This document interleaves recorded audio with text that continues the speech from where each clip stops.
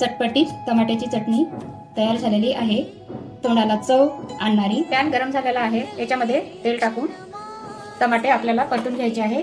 टमाटे चिरून घेतले, त्याचे फ्राय करायचे टमाटे। लसूण पण असं टाकून घ्यायचं आहे। आता याच्यावर झाकण ठेवायचं आहे, हे 5 मिनिटं होऊ देते, तेपर्यंत कांदा मिरची चिरून घेत आहे। झाकण काढून बघायचं आहे आपले टमाटे झाले का। आता हे असे उलटून घ्यायचे, सर्व असे उलटून घेतले। आता झाकण ठेवत आहे 5 मिनिटं।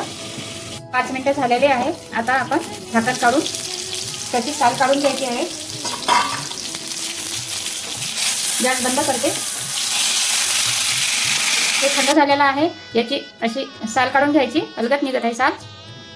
साल काढल्यानंतर तडका देऊ। नंतर साल काढून झालेली आहे, आपण याला मॅश करून घेऊ,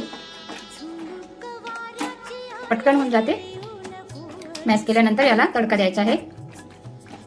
मॅश करून झालेला आहे। आता आपण याच्यामध्ये कांदा टाकायचा कच्चा, मिरची टाकायची कच्ची, कोथिंबीर टाकायची। आता तडका बनवून घेत आहे, नंतर आपण याच्यामध्ये टाकून घेऊ लसूण, मोहरी, जिरं, लाल तिखट थोडंसं।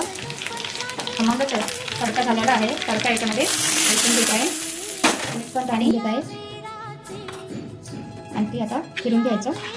टमाट्याची चटणी तयार झालेली आहे, तोंडाला चव येणारी, लहान मुलांना अतिशय आवडणारी अशी ही टमाट्याची चटणी तयार झालेली आहे। तुम्ही पण करून बघा आणि कमेंटमध्ये नक्की सांगा।